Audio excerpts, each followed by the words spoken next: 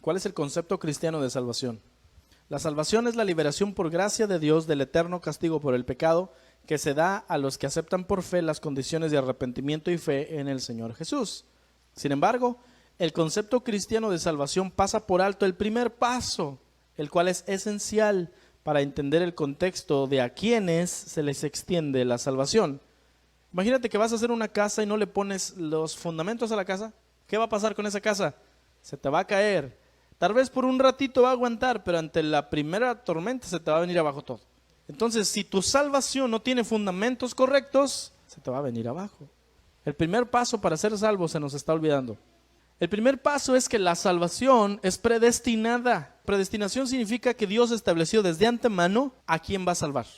Y es bíblico completamente. Romanos 8:29, porque a los que antes conoció también los predestinó para que fuesen hechos conformes a la imagen de su Hijo. Segunda a Tesalonicenses 2:13 dice, Dios que les ha escogido desde el principio para salvación, mediante santificación por el Espíritu y la fe en la verdad.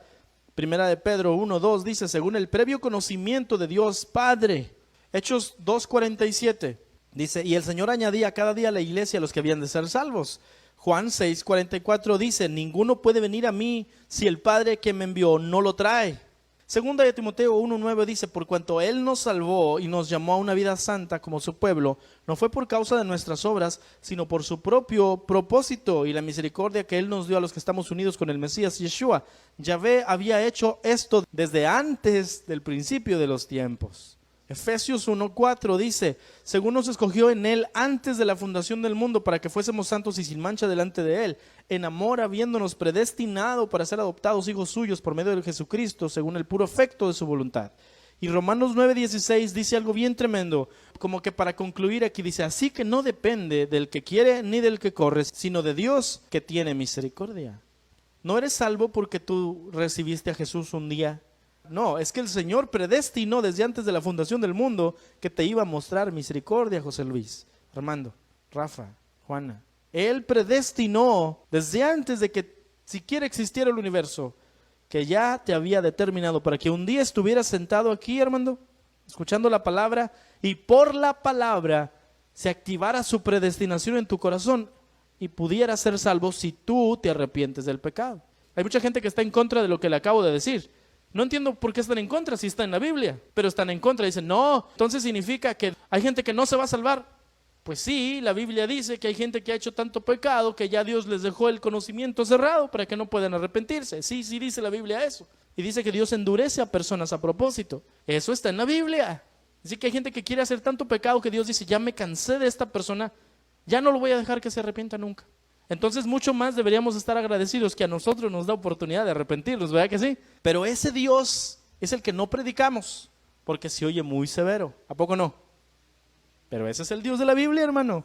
Y Yeshua dijo, el Padre y yo somos uno. Y si decimos, es que ese es en el Antiguo Testamento. Pero Yeshua dice, si me viste a mí, ya viste al Padre.